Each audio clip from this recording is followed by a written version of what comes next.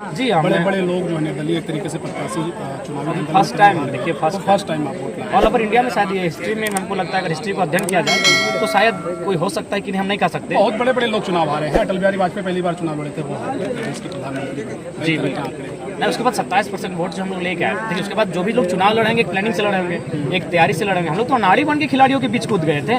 बस क्या थी, विचारधारा थी या हमारी आइडियोलॉजी थी। तो ऐसे परिस्थिति में मात्र 1 साल पहले हम लोग पार्टी बनाने का घोषणा किए हैं, 1 साल पहले हम लोग चुनाव लड़ने का घोषणा किए हैं। 18 जून को घोषणा किए हैं, आपका 25 मई को हम लोग का चुनाव है, यानी 18 और 5 23 दिन तो कम ही मानते हैं। यानी 1 साल भी नहीं हुआ हम लोग को तैयारी का, और उस 1 साल में आप इंडिपेंडेंट लड़ते हैं और पहला चुनाव लड़ते हैं, अभी लोकसभा से लड़ते हैं और 27.5% वोट लेके आते हैं। ये गर्व का विषय है। हम तो चुनाव वोट हम लोग तो जीत के लिए थे और जीत जाते तो और ही नया इतिहास बनता। अंदर से कमजोर नहीं हुए हैं टाइगर, वही टाइगर है। वही 3 घंटे से टाइगर। देख रहे हैं कि जबरदस्त गर्मी में लोगों का आप जो एक तरीके से सुन रहे हैं, कम बोल गए आप, वही टाइगर है या थोड़ा सा लग रहा है कि भाई नहीं कमी रह गई? कोई कमी नहीं है। और वो कहते हैं शेर जब 4 कदम पीछे आए तो ये ना समझना कि वो डर के हमारे पीछे आ रहा है। इसका मतलब है वो अगली प्लानिंग के लिए पीछे आ रहा है और अगली प्लानिंग विधानसभा का चुनाव है। एक सवाल ये कि जिस तरीके से आपने कहा कि भाई विधानसभा स्तर पर जो लोग हैं जो आप पहले से ही आपके पार्टी या एक तरीके से आंदोलन में जुड़े रहे, वहाँ कहीं ना कहीं कठिन दौर होगा आपके लिए। 81 विधानसभा से आप लोगों को प्रत्याशी के तौर पर उतारेंगे, बड़ा टसन और एक तरीके से चुनौती होगा आपके लिए। इन चुनौतियों के बीच में क्या लग रहा है, कुछ चीज़ें छूट जाएंगी, बढ़ जाएंगी? क्योंकि लोकसभा चुनाव में भी यही देखा गया, किन्हीं की नाराजगी ये रही कि आप जयराम जी हमारे साथ नहीं आए, हमारे गाँव नहीं गए, उनको ज़्यादा वैल्यू दिया गया, तवज्जो दिया गया। ये सब चीज़ें युवाओं में खास करके देखा गया। एक बहुत जेन्युइन प्रश्न है, इसको आप बखूबी समझते हैं। क्या लग रहा है चुनौती आपके लिए? चुनौती आएंगी और चुनौतियों का समाधान भी खोजना होगा। और हमें लगता है कि विधानसभा चुनाव से पहले हमारे पास जो समय है उसमें हम लोग चुनौतियों का समाधान कर लेंगे। तो अभी आप समीक्षा कर रहे हैं कि किन्हें किन्हें प्रत्याशी बनाना है?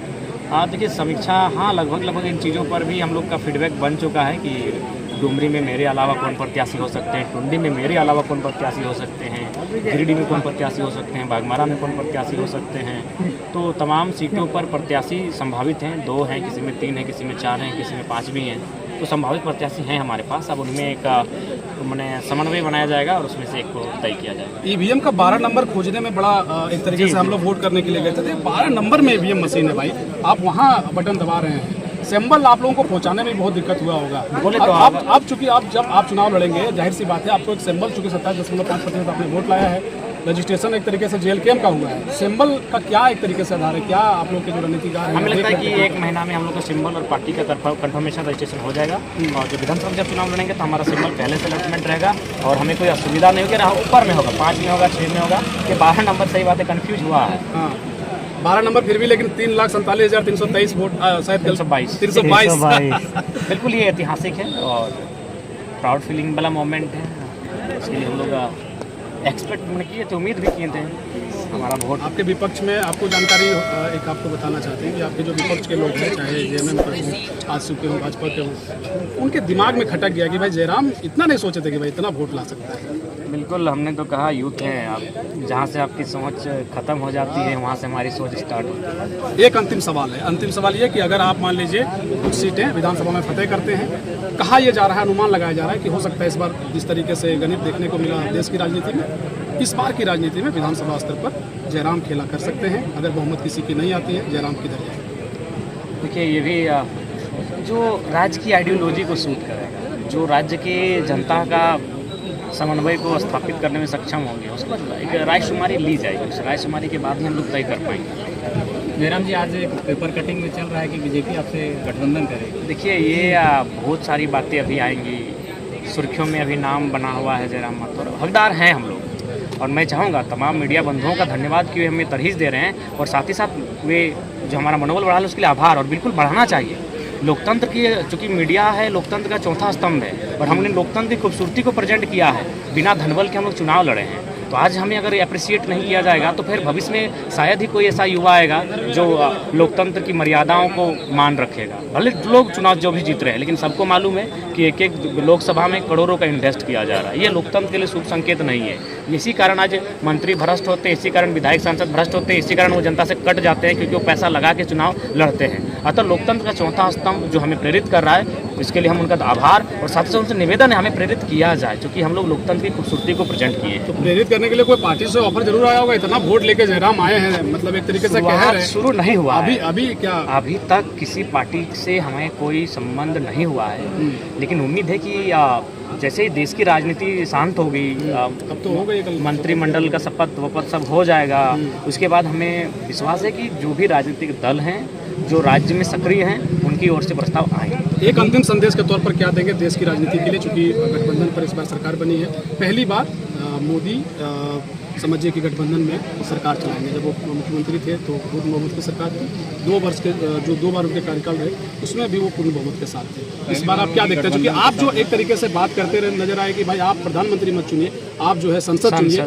तो आप एक तरीके से वही पेज देखने को मिल रहा है, इसमें जयराम का क्या संदेश? देखिए, सबसे पहली बात, जो देश की सरकार है उनको हम शुभकामनाएं देंगे और उनसे अपेक्षा करेंगे, हम भी एक यूथ हैं, जो यूथ की समस्या है पहले उसका समाधान हो। यूथ बेरोजगारी से परेशान है, यूथ कहीं ना कहीं आज बहुत ज़्यादा हतोत्साहित है, नर्वस हैं, तो इसलिए रोज़गार का साधन का सृजन किया जाए, उद्योग कैसे बढ़िया लगेंगे, उस पर कैसे बात होगी, हमारा जो महंगाई वो कैसे नियंत्रण होगा, इन चीज़ों पर बात होगी। बड़े इंडिया को इंडिया रहने दिया जाए, इंडिया को अडानी में तब्दील ना किया जाए, यही हमारी केंद्र सरकार से निवेदन है। जयराम जी, जैसे डुमरी में देखा जाए, डुमरी विधानसभा की, तो देखेंगे तो प्राकृतिक रूप से जो यहाँ पे टाइगर जगन्नाथ में तो जीते, वो भी टाइगर के नाम से जाने जाते थे, और आप भी अभी वर्तमान में ट्रांसफर हुआ है और अब आपका उदय है, तो और आपने भी कहा कि जनता मुझे जहाँ से चाहेगी हम चुनाव लड़ेंगे, तो 90,000 जनता तो कह दी है कि डुमरी से हमने प्यार दिया है। ठीक है, तो फिर टाइगर डुमरी ही लड़ेंगे, टाइगर विल रिप्लेस। और एक अंतिम सवाल लेना चाहेंगे, वो सवाल जवाब ले लीजिए आप, जवाब नहीं हुआ। देखिए, अगर जनता तय करेगी तो निसंदेह डुमरी क्या तय तो कर दिया है, 90,000 वोट दिए तो तय तो कर दिया है।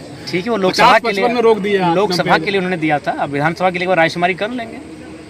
एक अंतिम सवाल लेना चाहेंगे, वो जो रांची वाला जो नगरी वाला जो सीईओ का जो मामला, हाँ बिल्कुल, ये बिल्कुल उस सीईओ को बर्खास्त करना चाहिए, उसका सारा जो सीईओ के पीरियड में जितना पैसा सैलरी मिला है सबको जब्त कर लेना चाहिए, उसको वापस उसी हाल में छोड़ देना चाहिए जिस हाल में उसने सीईओ बनना प्रारंभ किया था।